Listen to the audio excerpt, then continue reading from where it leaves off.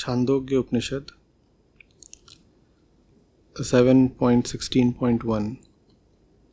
So, Narad as a seeker has gone to Rishi Sanat Kumar. And the prelude is that Sanat Kumar taught Narad about Pran. That has just happened before this particular verse. And Narad thinks that now he has gained the supreme knowledge, the final realization.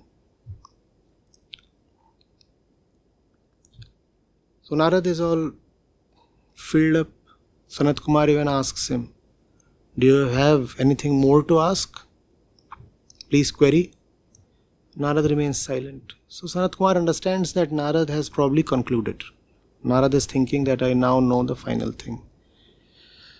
So Sanat Kumar must bring Narad out of that, because prana or consciousness is from the truth, is hungry for the truth, aspires to reach the truth, but is not the truth itself.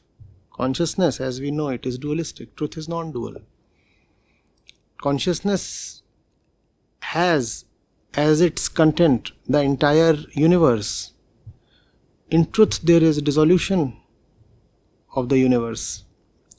So, consciousness, though a high level of reality, is not the final truth.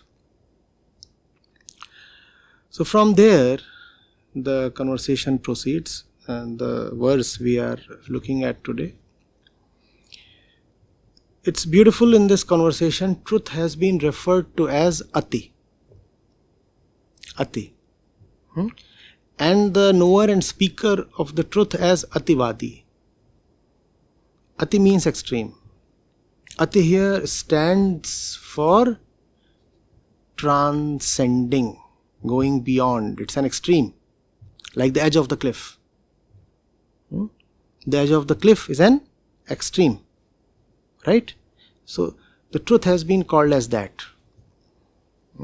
It's interesting how today the word extreme or ati is misused and misunderstood. When somebody goes mad, we start calling that person an extremist. As if extremism in itself is a problem. No, extremism is not a problem. In fact, the person you call as an extremist is not at all an extremist. He is very much a worldly man. Just that his worldliness does not align with the normal kind of mainstream worldliness. So you start calling him an extremist. He is not an extremist. He wants the same things that you do. How is he wanting an extreme thing? No. You want power, the extremist also wants power. Just that his means are different. Just that his ideologies do not match with yours. How is he an extremist? No, he is not an extremist. He too is a middle roader. The world lives in checks and balances, right? And the world is in fact condemned to live in balances because it does not have anything worthy enough to be fully committed to. When you do not have one thing you can rely fully on or invest yourself fully in or be fully committed to, then obviously you have to diversify. That diversification is a state of sorrow. That diversification is insecurity. But the world, in its self-inebriated state, calls that as balance. It is not balance, it is helplessness. You do not have that one you can commit yourself 100% to. Therefore you are scattered.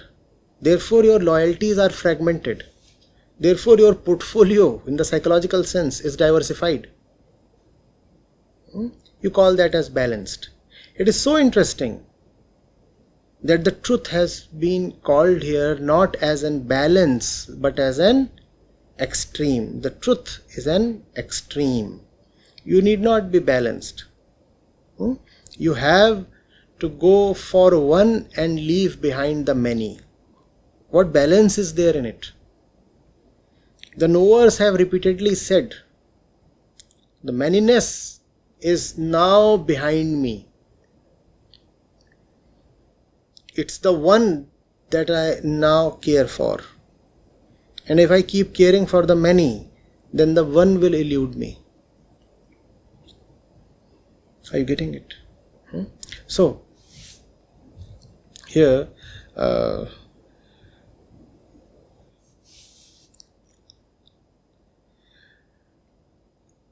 person must first know the truth, says the seer.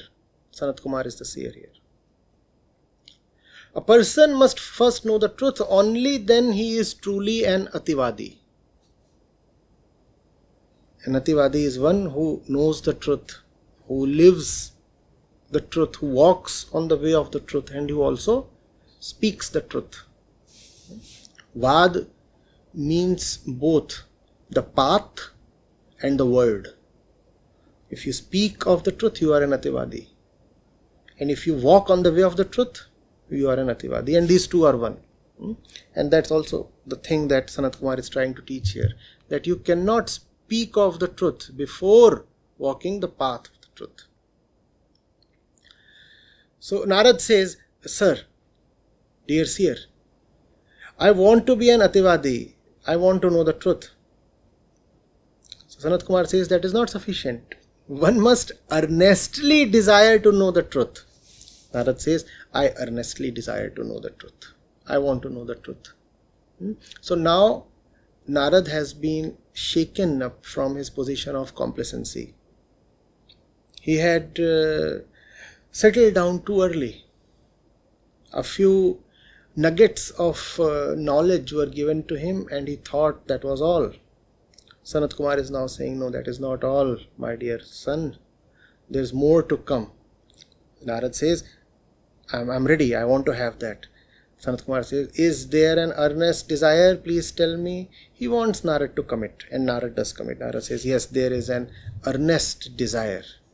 Without that earnest desire, truth is not going to be possible. So 17.1. When one understands, then alone does one declare the truth. Without understanding, one does not declare the truth. Only he who understands declares the truth. But for that, first of all, one must have an earnest desire, a burning desire to understand. What? To understand what? To understand understanding. To understand the truth, you must have a desire to understand understanding itself. Sir, respected sir, I wish to understand understanding. I wish to understand understanding. Now, this is the beauty, the magic, the glory of Upanishads. Sir, I want to understand understanding itself. How will you understand the truth if you do not know what understanding itself means? And if you can understand what you call as understanding, truth is understood. Truth is not far. So, then, when one reflects, then alone does one understand. Without reflecting, one does not understand. Only he who reflects understands. But one must desire to understand reflection. Revert, sir, I desire to understand reflection. Do you see that the Rishi is pinning down Narad on one word? What is that one word? Is the word truth? Is the word understanding? Is the word reflection? No. What is the word? Desire. Desire is the word. Truth is not far away if you desire. Do you desire the truth, first place? Do you desire? So he says, first of all, Pran is not the truth. Right? Then he says, you can know the truth only if you have an earnest desire to know the truth. Alright? Well, you can talk of the truth only if you understand the truth. But to understand the truth, first of all, you must understand understanding. Do you desire to understand understanding? He then stretches it. But you can understand understanding only if you are first prepared to reflect on life. I desire to reflect on life. And so on and so forth. It carries on. What's more important here is to see that nothing matters more than your basic honesty.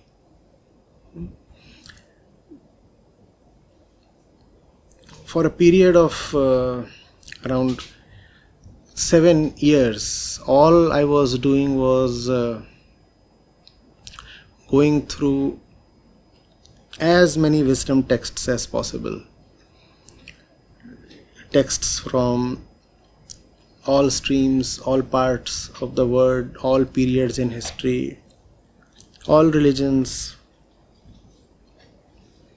songs, philosophies, commentaries, original texts, essays, biographies. In fact, I had neglected all my other work and was focusing only on reading. I was letting my worldly activities just drift,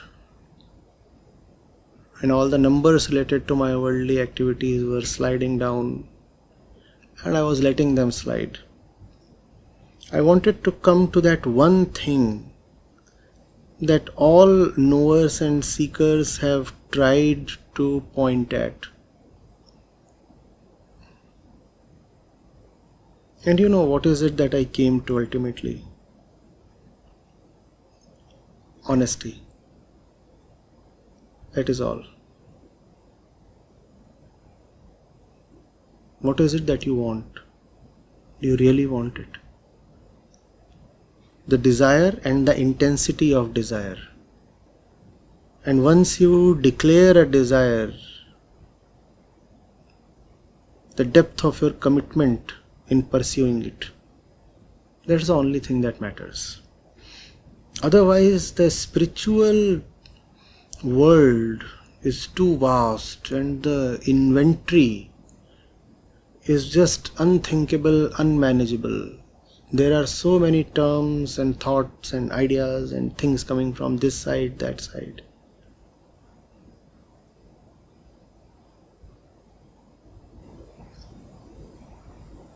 Those then 7-8 years stretched into a decade. And I felt more affirmed within that beyond this clutter of phrases and definitions and concepts is just one word: love. Nothing but love, which is another name for desire and deep honesty in making that desire your life. Absolute commitment. Nothing else matters. People would come and say, we are trying, we are not getting it. We want to know, we do not succeed. And my answers started becoming brief, even terse. I would just say, do you even want it? Had you wanted it, it couldn't have eluded you. In Hindi I would ask, चाहिए क्या? He would say, मिल नहीं रहा, I'm not getting it.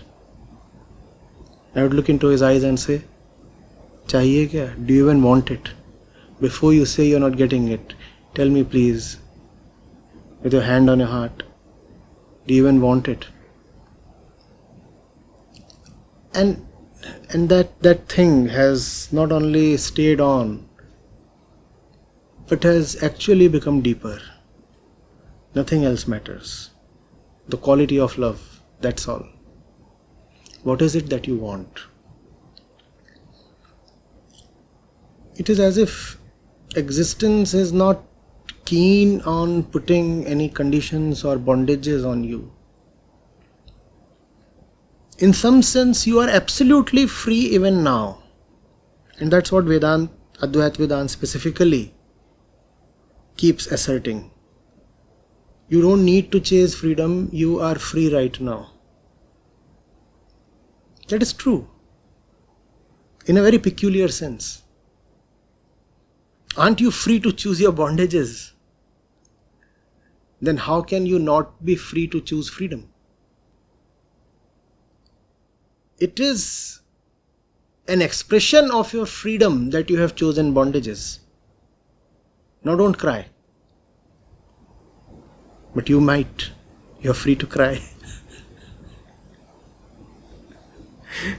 If you love to cry, who can stop you? The quality of your love is everything. That's all. That's what the Upanishads are telling us here. That's what the sage wants to impress on Narad. The word love has not been used even once. The Upanishads do not use that word. Vedanta uses the word love very sparingly. But then the entire Vedantic literature is a song of love. Bhagavad Gita, the great song. You could call it a love song. The Gita. Reflection would happen. What is it to reflect? To reflect is to see, something that is not easily visible to the eyes. You stand in front of the mirror and then you see. Otherwise you wouldn't have seen. It's easy. Are mirrors so expensive? Are mirrors so rare to find? It's easy to reflect. It's not terribly difficult to understand either. And truth has no interest in playing hide and seek. You want it, you take it home. The question is, do you want it? If you are too happy with falsenesses and bondages, that is a testimony to your existential freedom.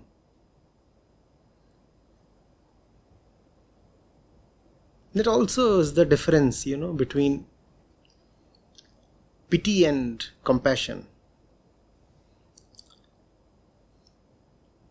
In pity, there is always the feeling that the other or the self, if you are having self-pity, is a victim of circumstances, that something wrong has happened to the person. In compassion, whatsoever is happening is your choice.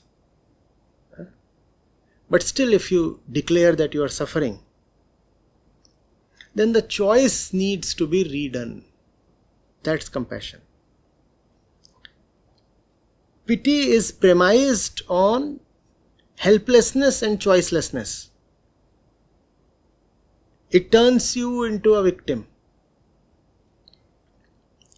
Compassion is premised on awakening of choice. You are suffering, but you are not obliged to. Suffering can come to an end if you decide to.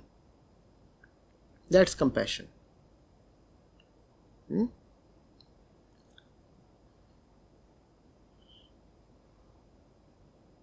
And worse than even pity is commiseration. What does commiseration mean?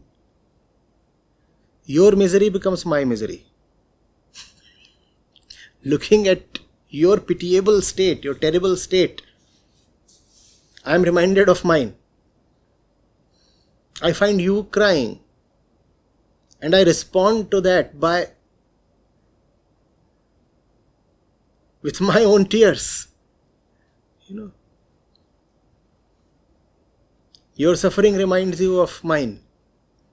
Not only does it remind me of mine, it actually activates my suffering. In some sense, I start competing with you. How is it possible that you suffer more than me?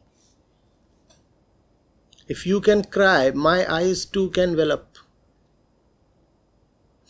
That's commiseration.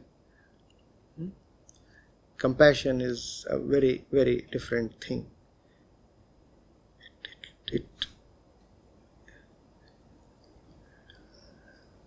It's about choice.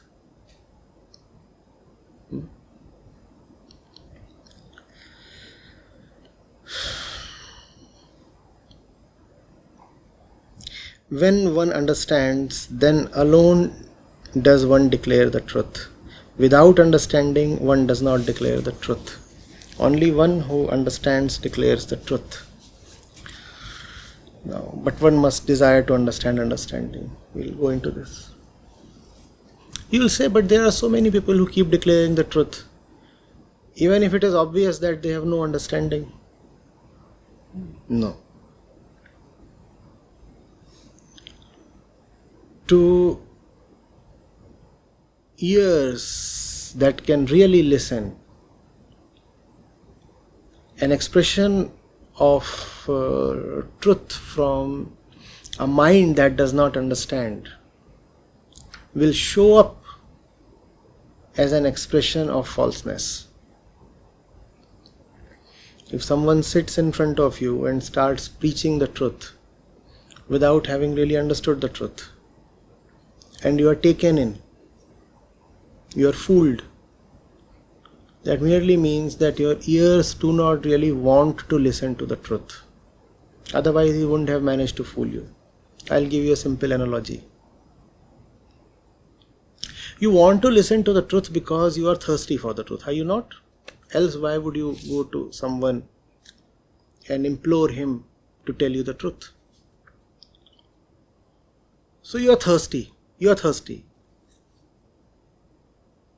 That's why you have gone to him, and you want him to quench your thirst. You are thirsty and he is serving you kerosene. How is it that you do not immediately realize that the fellow is a fraud, a quack?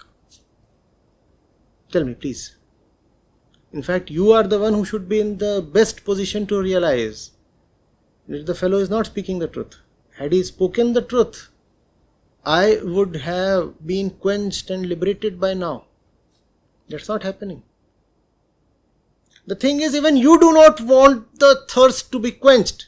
He serves you kerosene, you take in it. And taking it in, you are not saddened by, hurt by the fact that your thirst has deepened, that your suffering has deepened. You're okay with it. That's the entire problem. You do not want water. And that's the reason why kerosene sellers continue to thrive.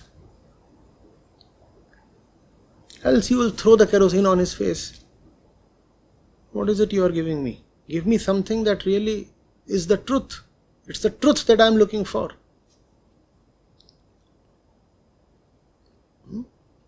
If you are really concerned about your welfare and you buy a medicine, don't you bother to see whether it is genuine or spurious? Don't you check the expiry date? Don't you check the manufacturer, the brand and the other things? Don't you want to match the drug with the prescription? You do all those things, right? And how? So don't say that one can utter the truth even without knowing the truth. Those who do not understand the truth, what they are uttering is obviously false. It's just that you are not testing them enough to expose them. They do not want to be questioned, because deep questioning can lay their claims bare. and you too do not want to question. So together the two of you sing a great unholy duet. He is preaching, you are listening. He cannot tell the truth. You do not want the truth. Happily the two of you go together. He cannot tell the truth. You do not want the truth. And together the two of you want to keep the pretense that something truthful is happening. Some great discussion, some satsang or something is going on. Both the parties are interested in keeping up the pretense, the facade. Both the parties are partners, shareholders in this concern of falseness. Are you getting? So know this very clearly.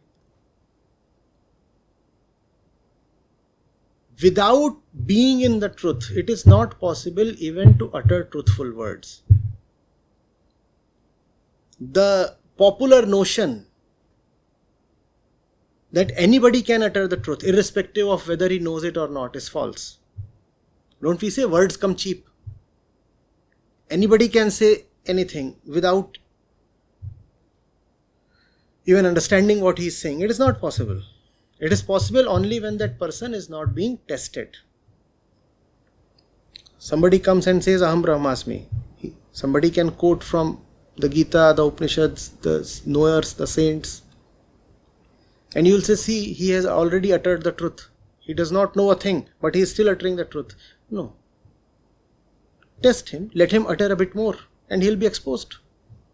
He has not uttered the truth. He has just parroted some words. If it's about words, ask him to utter a few more words. Not out of rote learning, but as a response to your inquiry. Inquire and see what he says, and he'll be exposed. But we don't even inquire. And here what do you see? Narad and Sanat Kumar, the entire process is conversational.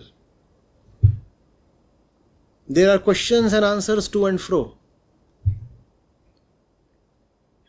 There is no scope for the respondent to hide his ignorance. Questions are flying thick and fast. One inquiry follows the other. How will you hide your ignorance? Do speakers and teachers of today engage in this kind of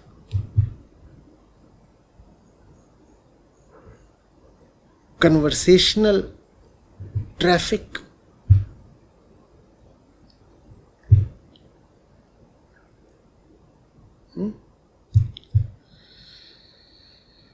Now, something even more beautiful. One must desire to understand understanding. Revered sir, I desire to understand understanding. Why is it important? Because it is understanding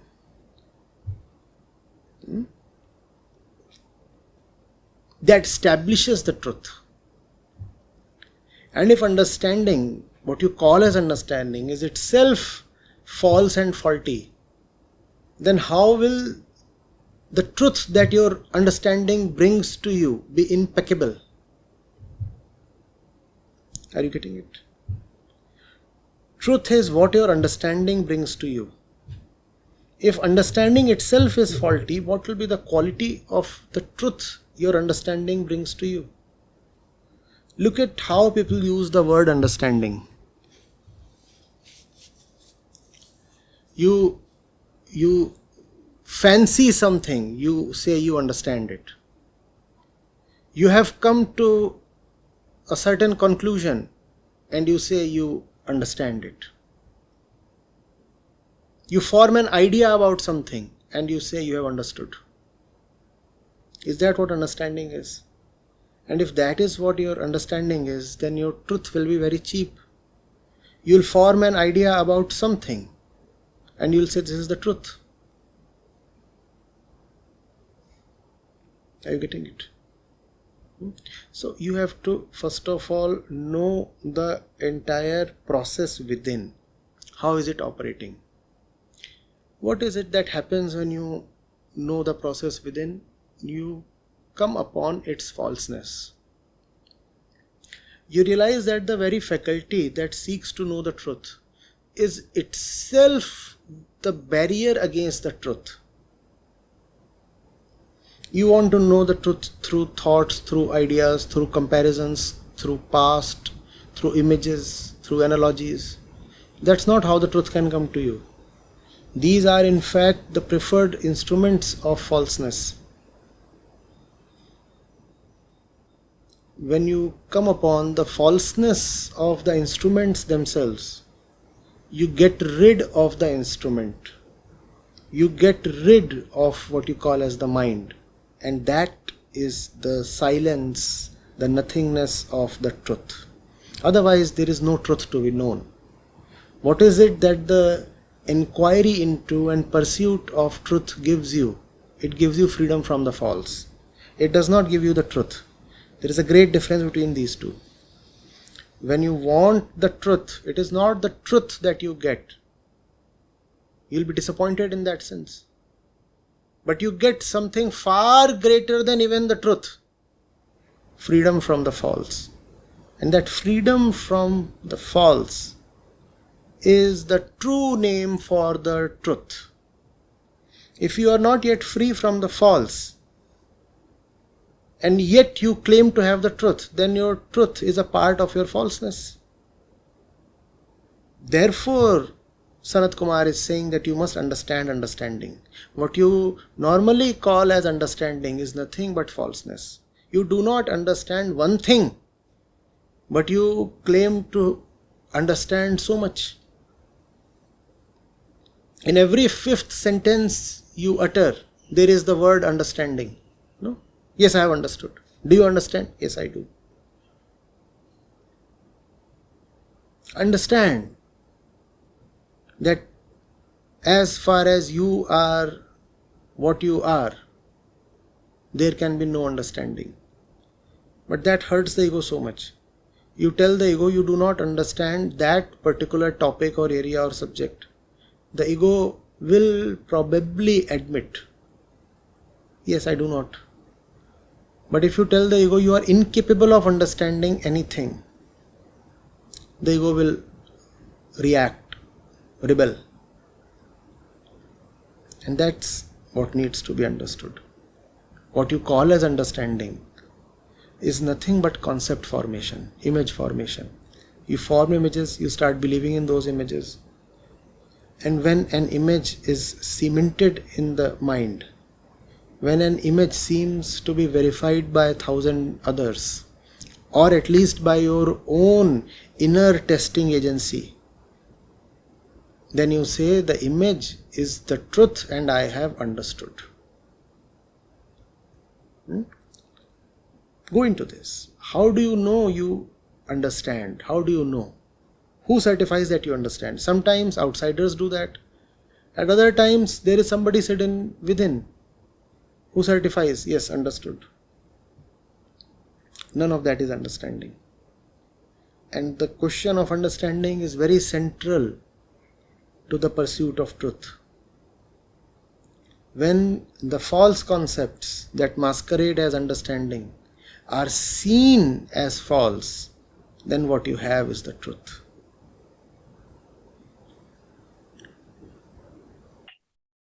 Pranam Acharya ji. My question is, if someone is not, you said that nothing matters more than basic honesty. My question is, if someone is not honest, the facts say that if I am not honest, is it possible to make me honest? By making, I mean, is it possible that I follow some process or I be in such an environment that nudges me towards honesty? Process is not possible. Attempts can be made. Attempts from various directions. There is no formula or algorithm. Attempts can be made, and the patience to stay with the attempts and keep trying comes from love. So is this love the love for truth, or is this love just I want to get rid of my suffering? Depends on how you want to put it. In general, love flows in the outward direction. So, in a manner of saying, you could say it is love for the truth or love for freedom. But equally, it won't be wrong to say it is love for freedom from your bondages. It's just an urge within, a strong desire within, a consolidated, crystallized desire that does not dissipate itself in 5 directions. Not this, not that, 1,000 things you want, not that. A very, very strong urge for that one intangible thing. This is what Acharya Shankar calls as mumuksha. Great. And today you mentioned that the focus is on desire. And yesterday in Gita session also Sri Krishna is focusing on desire, calm. So both of them are focusing on calm desire. It's just that desire can be the most life-giving thing and also be the most life-sapping thing. It depends on the direction, the flow of the desire. So we are biologically trained or biologically conditioned that our desire flows outside. Goes towards the bottom, Mooladhar. Okay, so for procreation, our desire, central desire is for procreation. Yes. Procreation, sustenance, continuing within bondages. Continuing within bondages. That's the Prakritic desire. Nobody wants to die and nobody wants to be liberated either. So what does that mean? We want to continue within bondages. Now, but this continuation cannot happen because death will stop the continuation. Yes, but nobody wants to die. So if nobody wants to die, that means he wants to continue. But the fact is, he will die. We want to ignore the fact.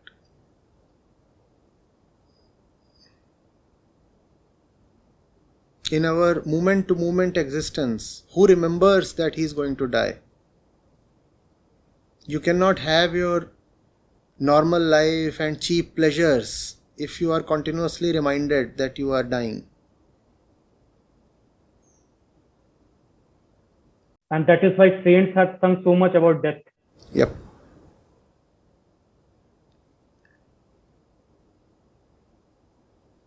Thank you. Thank you.